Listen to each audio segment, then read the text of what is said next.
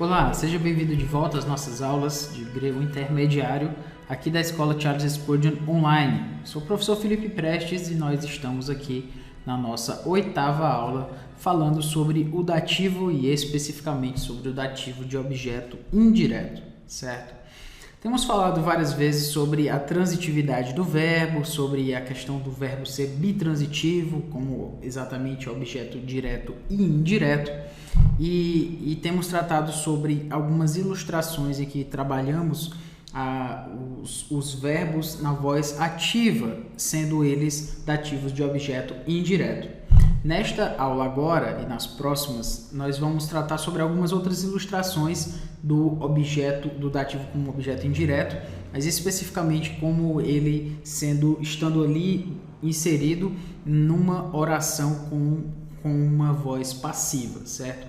E ver como isso se relaciona aí dentro da oração, na tradução e tudo isso. Então é basicamente isso que a gente quer tratar aqui. Lembrando que nós estamos tratando do dativo puro, ou seja, do dativo que está relacionado a um verbo que vai justamente ter uma ideia de passar para o próximo, para passar o verbo que vai precisar de um objeto, e esse objeto, que no caso o objeto direto, que vai ser entregue para o objeto indireto, que vai ter uma relação, que vai chegar até o objeto indireto. Temos falado várias vezes sobre isso e é bom que você se situe também dentro desse ponto, certo? Tendo falado sobre isso, vamos partir para a nossa tradução para a gente poder analisar melhor esses exemplos. Nós temos aqui eidotes un ton phobon tu kyrion anthropos peithomen theo de Pefanerometha Elpizo de kai entais sineidescesin Rimon Pefanerosthai. Então vamos lá. E assim, reconhecendo o temor do Senhor, persuadimos os homens e somos cabalmente conhecidos ou manifestos por Deus, e espero também a vossa consciência, espero que também a vossa consciência nos reconheça. Vamos lá então. Eidontes é o nosso conhecendo. Aqui nós temos que é assim. Ton phobon, você vai lembrar aí, como sempre tenho lembrado, às vezes é importante a gente lembrar as palavras em que na forma como elas aparecem, para que você relacione aí com o que você já sabe. Então, você lembra de fobia. Tudo que tem a ver com fobia tem a ver com medo. Aracnofobia, né? Tem a ver com o medo de aranhas e tantas outras fobias que existem por aí. Dessa forma, nós temos phobon, tem a ver com temor, com fobia, né? E exatamente... não é que nós temos que ter medo de Deus, e aí é que entra o ponto, né? Às vezes as pessoas acabam cometendo o que talvez já tenha falado aqui em algum desses módulos sobre as falácias, e especificamente sobre a falácia, uma falácia chamada anacronismo.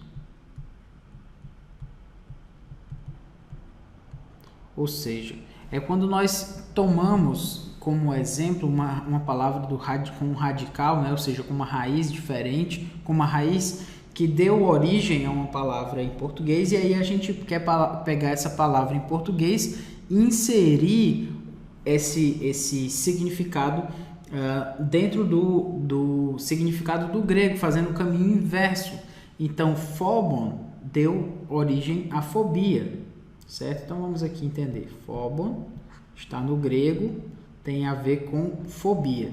E essa palavra phobon, como a gente tem aqui, ela phobos no nominativo, então ela vai dar origem à palavra fobia no português, que significa medo. Tudo que é fobia tem a ver com medo. E aí você tem aqui phobon tu kyrio, nós temos fobia, ou seja, o temor do Senhor. Aí alguém poderia pegar esse phobon aqui e dizer que nós temos que ter fobia do Senhor, ou seja, nós temos que ter medo do Senhor, como a palavra fobia nos faz pensar.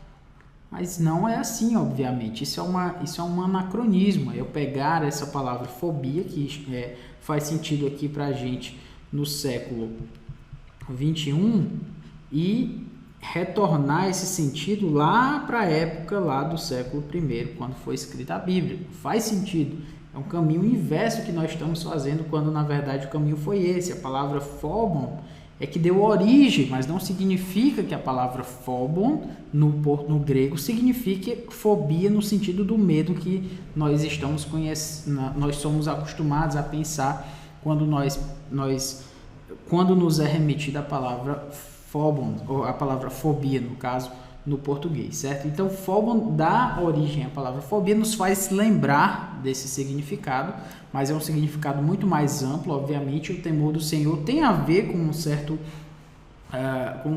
temor, no sentido de que Deus ser poderoso, ser grandioso, que nós precisamos respeitá-lo e até sentir um elemento de medo aí. Vale a pena até estudar sobre isso, a palavra phobon e tal, mas não é nem de longe a palavra fobia como uma aversão, um medo absurdo. Obviamente, não é isso que se quer dizer com o temor do Senhor. Um anacronismo que muitas vezes é cometido é com a palavra dinamis. Dinamis é a palavra poder, coloquei um pingo no iota. Dinamis é poder, e as pessoas querem dizer que quando Paulo diz que o evangelho é o poder de Deus para a salvação, elas acabam não percebendo que muitas vezes a palavra dinamis é utilizada como a ideia de dinamite. Então a pessoa vê lá dinamis, então a palavra dinamis deu origem então à palavra dinamite. Até aí tudo bem, mas aí muitas vezes as pessoas fazem o caminho inverso. Elas querem dizer que dinamite, que Paulo quis dizer que o evangelho é a dinamite de Deus para a salvação, que não faz sentido, né? Obviamente, a dinamite é usada para destruir coisas, e o evangelho constrói, né? Ele refaz novas vidas, né? Então, nesse sentido, muitas vezes é cometido um anacronismo, querido colocar um significado atual para uma palavra que deu de fato origem àquela palavra, como dinamis. De fato, a palavra dinamite veio de dinamis, mas não é que o evangelho seja a dinamite de Deus, até porque na época de Paulo não tinha tecnologia ainda da dinamite. Então, seria mais uma vez um anacronismo. Muito bem. Então, assim, conhecendo o temor do Senhor, anthropos, aqui nós temos os homens, e aí, peithomen, nós persuadimos os homens. E aqui nós temos pefanerometha, que essa palavra pefanerometha, ela na verdade foi traduzida aqui como somos cabalmente conhecidos. E aqui theou, por Deus. E eu vou já chegar sobre esses manifestos aqui, certo? Não precisa a gente ir para lá agora. Elpizo, então aqui, espero.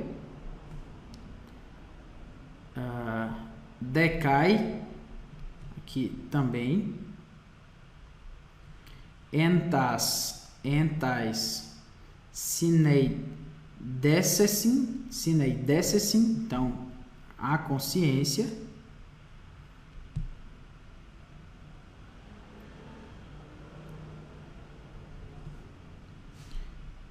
Vossa, que também a consciência vossa, ou seja, a vossa consciência, a consciência de vocês, pefanerostai, nos reconheça. Muito bem. O ponto aqui é a gente procurar o verbo, certo? E o verbo aqui é o verbo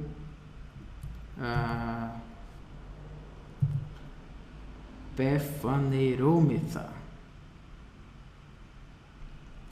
Então, a ideia aqui ele foi traduzido como ser cabalmente conhecido. Mas você pode lembrar do verbo phaneró, ou que significa manifestar, né? Eu manifesto. Então, na verdade, a Almeida Revista e Corrigida, ela traduziu como de uma forma um pouco mais literal, e eu vou preferir a sua tradução agora, certo? Manifestos, certo? Somos manifestos. Perceba aqui que nós temos um theta aqui, né? Metha, pephanerômetha, a ideia aqui do metha. Ómetha é a ideia aqui do passivo. Então, nós somos conhecidos por, ou somos manifestados, ou melhor, manifestos a Deus.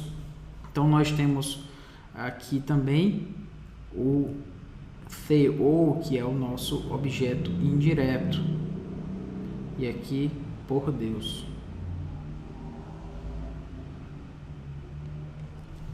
Então, a ideia é que nós somos conhecidos, ou nós somos manifestos para Deus. Nós somos manifestos para Deus. Vamos escrever isso para ficar mais claro para a gente. Nós somos manifestos para Deus. Nós somos manifestos para Deus. Aqui nós somos manifestos para Deus, o pephanerômetha seria esse somos manifestos.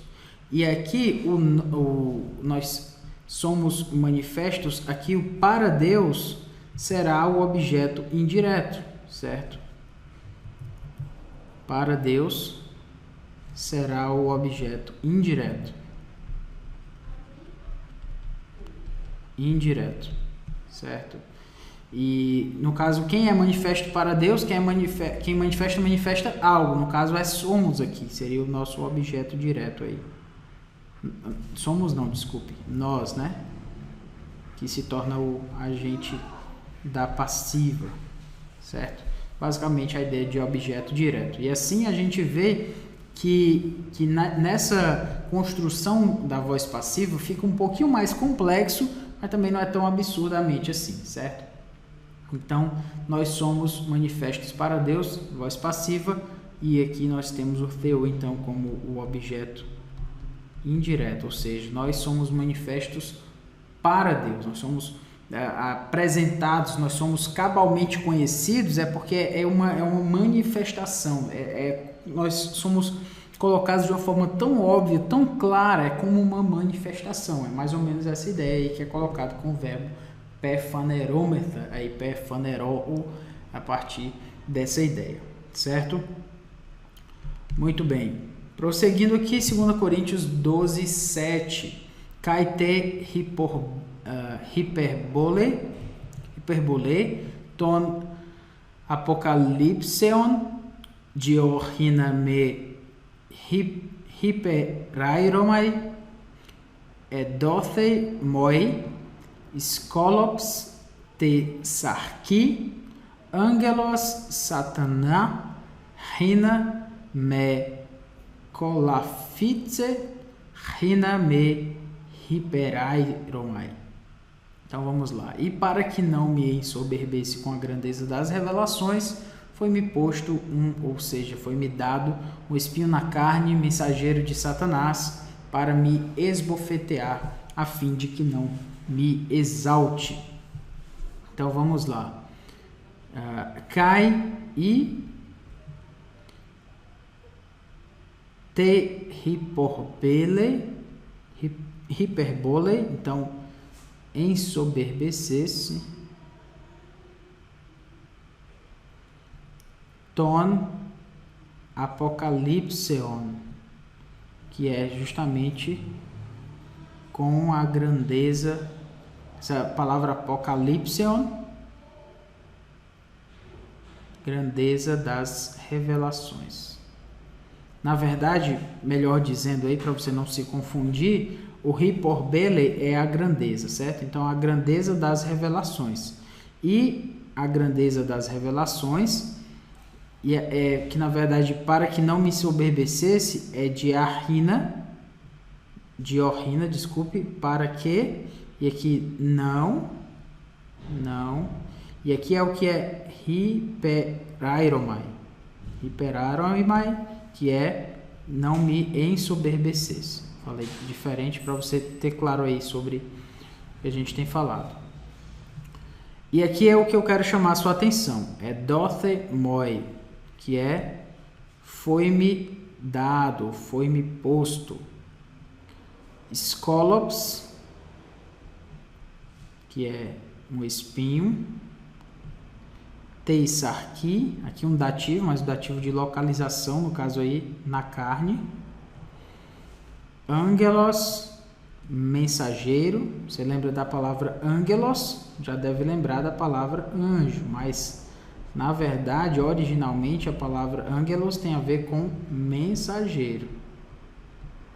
Que na verdade também é um anjo, mas um anjo caído, né? Mas só para que você entenda aí que o angelos originalmente tem a ideia de mensageiro. Então, angelos, Satanás, obviamente de Satanás.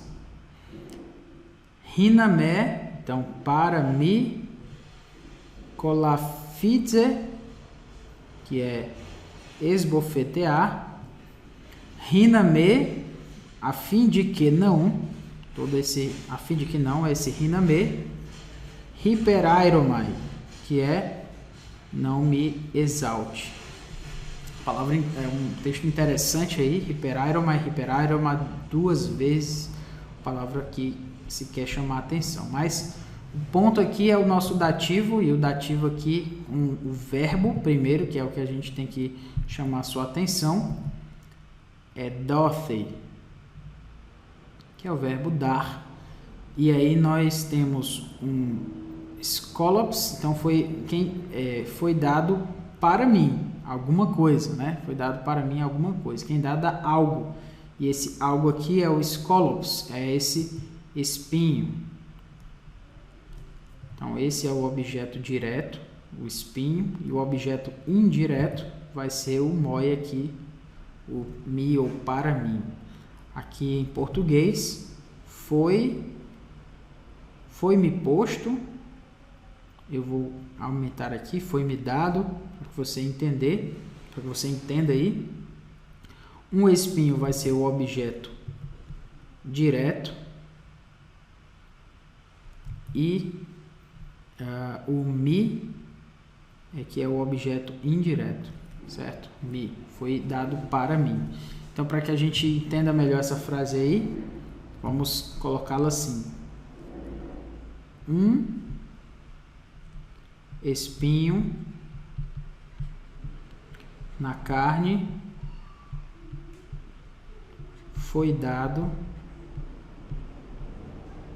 para mim. Um espinho na carne foi dado para mim. Então, lembra que o agente da passiva aqui, um espinho na carne, né? Um espinho é o nosso agente da passiva, mas ainda o objeto indireto, ele permanece aquele que recebe o agente da passiva, que é justamente o para mim. O verbo aqui foi dado, certo? E o agente na passiva é isso tudo aqui, né? Foi me dado, aliás, um espinho na carne. E aqui nós temos então o objeto indireto, certo? Objeto indireto. O verbo transitivo direto e indireto. O verbo que dá algo para alguém. No caso aqui na voz passiva, o objeto indireto recebe o agente da passiva. Continua recebendo, né? De uma forma mais clara aí, né? Foi dado, então, deu-se, ou Deus deu um espinho na carne, enfim. O ponto é mostrar que está aqui na voz passiva, mas embora esteja na voz passiva, o objeto indireto continua recebendo. Aqui, no caso, ele se torna o agente da passiva, mas quando nós colocamos na voz ativa, ele se torna o objeto direto, claramente posto aí nessa frase, certo? Nessa oração. Muito bem. Prosseguindo aqui, nós temos kai enerthe He que falei ao tu, epi pinaki, kai edoce tu para sio, kai eneken te metri autes. Então, foi trazida a cabeça num prato e dada à jovem que a levou à sua mãe. Então, enerce foi trazida. He que falei, a cabeça. Você lembra aí, por exemplo, da palavra cefaleia. Cefaleia significa dor de cabeça, é um nome médico mais específico aí para dor de cabeça. Vem justamente da palavra que falei. Autu, então a cabeça dele, não foi colocado aqui, mas o contexto já deixa claro, né? Foi trazida a cabeça dele, foi trazida a cabeça epipinaki, então num prato, cai e edoce to coracio, então foi dada à jovem que a levou, ou i eneken a levou,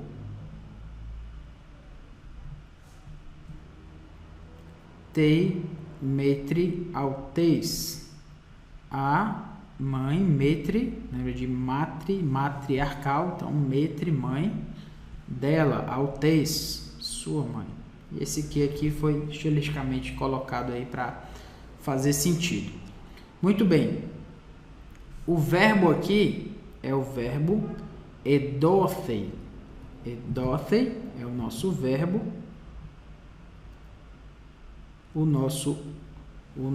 que foi dado algo para alguém. O que foi dado? Foi dado a cabeça.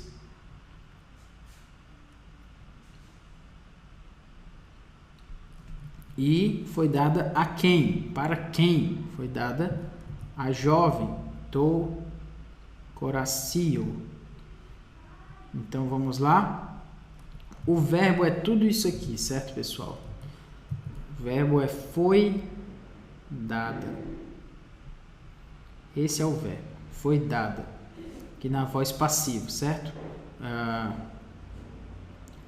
No caso, não, esse foi aqui é como se esse foi estivesse duas vezes. Então, foi trazida a cabeça no prato e foi dada à jovem. Mas aí você entende que esse foi aqui é como se fosse um foi aqui já colocado de forma implícita.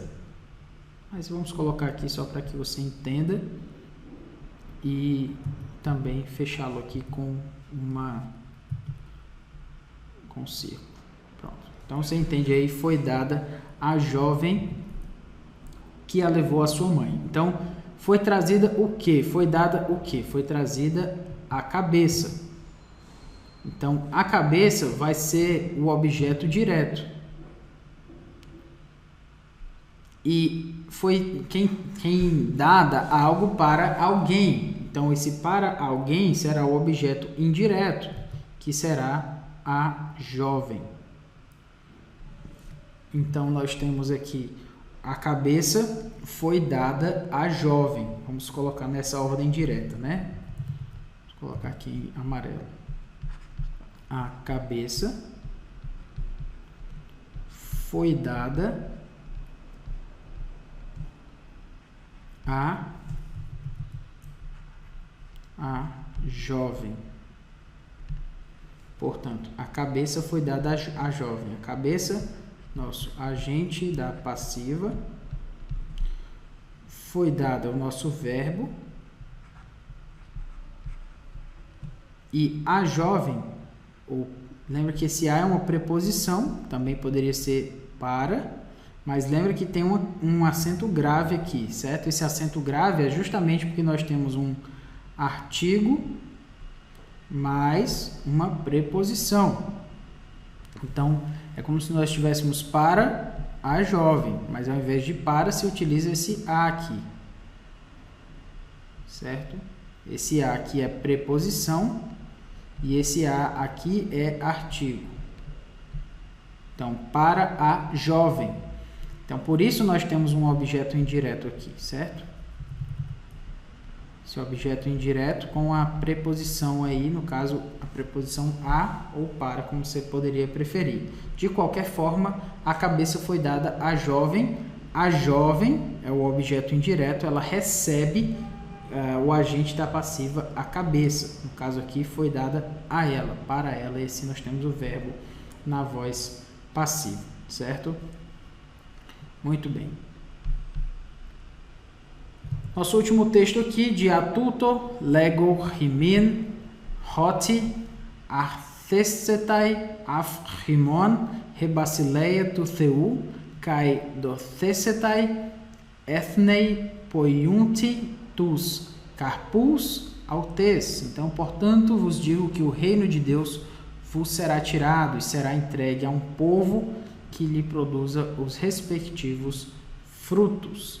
Diatuto, portanto, lego, digo, rimen, vos digo, hoti, que, arthesetai, afrimon, vamos aqui, o reino de Deus, certo? Rebasileia tu theu.